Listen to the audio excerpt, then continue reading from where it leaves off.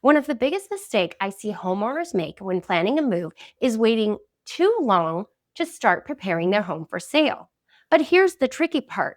Most people also don't want to start too early because they don't want their life turned upside down months before they're actually ready to move. So, when should you really start preparing?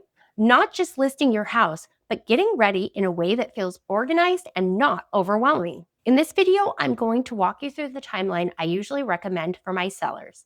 What should happen during that time, and how starting earlier actually gives you more flexibility, less stress, and often better results. The biggest issue I see homeowners underestimating is how many moving pieces and parts there are before their home even hits the market. Because usually it's not just clean the kitchen, put a sign in the yard, and list the home.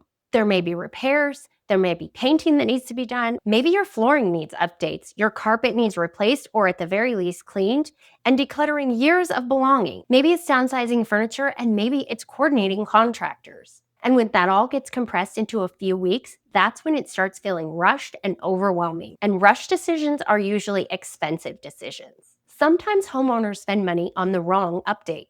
Sometimes they skip important preparation because they simply run out of time or they feel too rushed to make the decisions they need to make. And sometimes their home ends up going on the market before it's truly ready. But the good news is, this usually becomes much easier with a simple plan and enough time to properly prepare. So, what's the ideal timeline?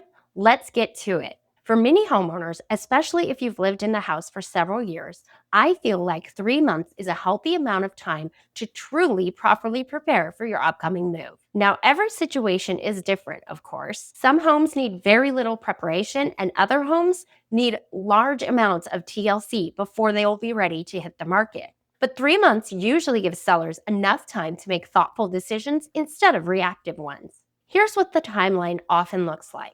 Month 1 is usually planning and assessment of the home's current condition. This is where you walk through the house and decide what projects absolutely must get done, what items can get done if time and budget allow, and what items do you not actually need to worry about. This is where you want to meet with a real estate professional who specializes in relocation and can help you determine what actually matters most to buyers so that you save time and money by not completing the wrong repairs and updates and making sure to definitely complete the items that matter most. Then month 2 is usually completing repairs, cleaning, and starting to downsize and declutter.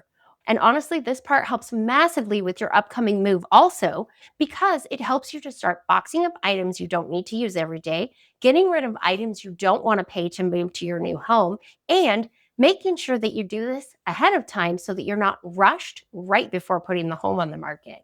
Then month 3 is where everything finally starts coming together. The final cleaning, the final home staging, getting any last minute repairs completed that haven't yet been done, and making sure your home looks absolutely perfect and ready for a professional photographer to come in and take photos of your home for marketing purposes. This is where you do everything that's needed last minute, and because you've already been working on it for a couple of months, it feels less rushed and you don't have to panic last minute. By the way, if we haven't met yet, I'm Hillary Templin, Relocation real estate broker here in the Tri-Cities, Washington, and I make videos so homeowners can make smarter, less stressful decisions when it comes to listing their home for sale and moving out of the area. And if you've ever gone through a rushed home sale before, let me know in the comments what the most stressful part was. Because for most people, it's not the move itself, it's feeling like there's just not enough time to get it all done. So here's a big mindset shift that will help you tremendously. I think the biggest mindset shift for sellers is realizing that starting early does not mean you have to do everything all at once. Actually, it's the opposite. By starting ahead, you have time to put together a specific plan of action where you can plan step by step which items to do in which order.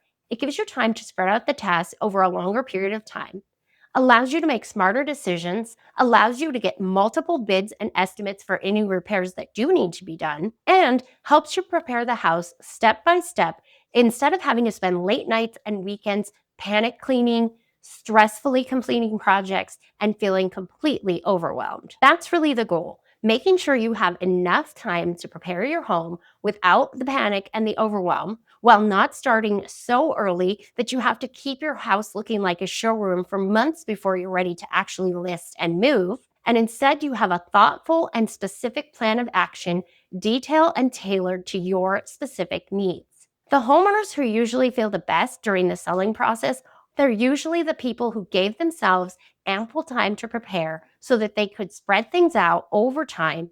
They could make calm, thoughtful decisions, and they took the time to work with a real estate professional who helped them set up that specific plan of action so that they weren't spending money and time unnecessarily in places and areas they didn't need to, but they also weren't skipping items that were going to be important that in the end are going to leave their house sitting on the market too long or going to cost them money in the way of listing price or offers from buyers. They're usually the people who gave themselves ample time to prepare without pressure. And that preparation creates confidence because instead of reacting to deadlines, you're moving through the process intentionally with a calm focus. And if you're planning a move for retirement or thinking about downsizing, the next question usually becomes what to keep and what to let go of, and how to make the transition feel less overwhelming. In the next video, I'll walk you through the ultimate guide to downsizing for retirement, including practical strategies to simplify the process without feeling stressed or rushed.